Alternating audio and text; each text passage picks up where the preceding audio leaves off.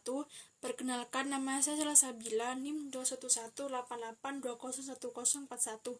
Di video kali ini saya akan mempresentasikan terkait judul yang saya pilih, yaitu fenomena diglosia sebagai wujud variasi ragam bahasa rendah dan ragam bahasa tinggi.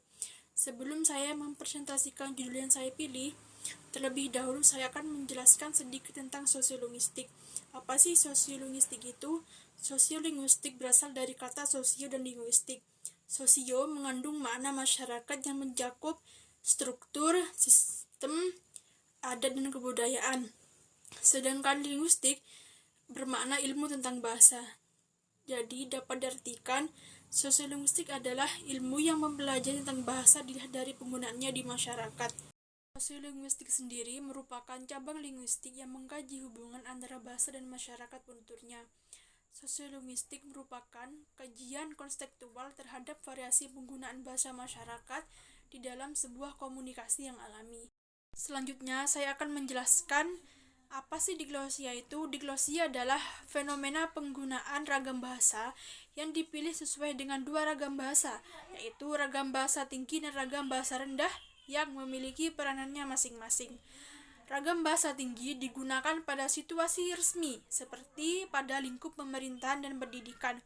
Untuk ciri-ciri ragam bahasa tinggi, yang pertama yaitu menggunakan unsur gramatikal secara eksplisit dan konsisten.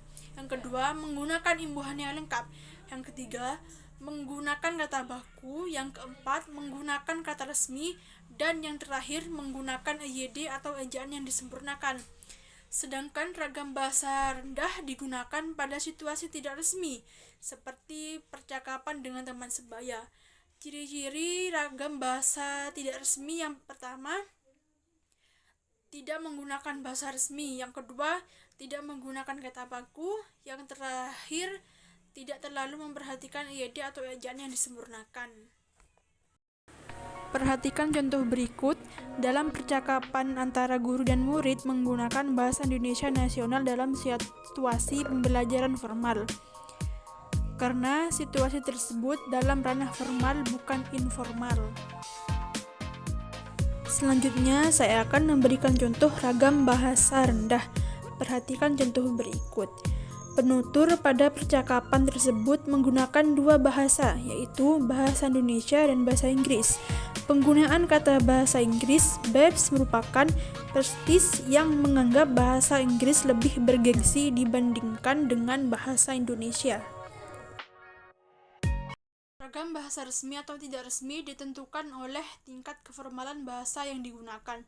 Semakin tinggi tingkat kebakuan suatu bahasa, semakin resmi pula bahasa yang digunakan. Sebaliknya, semakin rendah tingkat keformalannya, semakin rendah pula tingkat kebakuan bahasa yang digunakan. Selanjutnya, saya akan menjelaskan ciri situasi diglosia.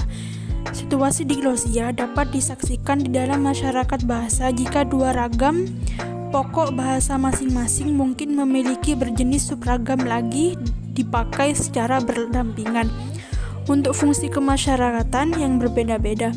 Ragam pokok yang satu yang dapat dianggap dilapiskan di atas ragam pokok yang lain merupakan sarana kepustakaan dan kesusastraan yang muncul pada suatu masyarakat bahasa, seperti halnya dengan bahasa Melayu untuk Indonesia dan Malaysia. Ragam pokok yang kedua tumbuh dalam berbagai rupa dialek rakyat. Di dalam situasi diglosia dapat tradisi yang mengutamakan studi gramatikal yang tinggi. Hal itu dapat dipahami jika diingat bahwa ragam itulah yang diajarkan di dalam sistem persekolahan. Tradisi penulisan tata bahasa Melayu, Malaysia, dan Indonesia membuktikan kecenderungan itu. Tradisi itulah yang meletakkan dasar bagi usaha pembakuan bahasa. Norma ragam tinggi di bidang ejaan, tata bahasa, dan kosakata dikodifikasi. Ragam yang rendah yang tidak mengenal kodifikasi itu menunjukkan perkembangan ke arah aneka ejaan, variasi yang kuat dalam lafal dan tata bahasa.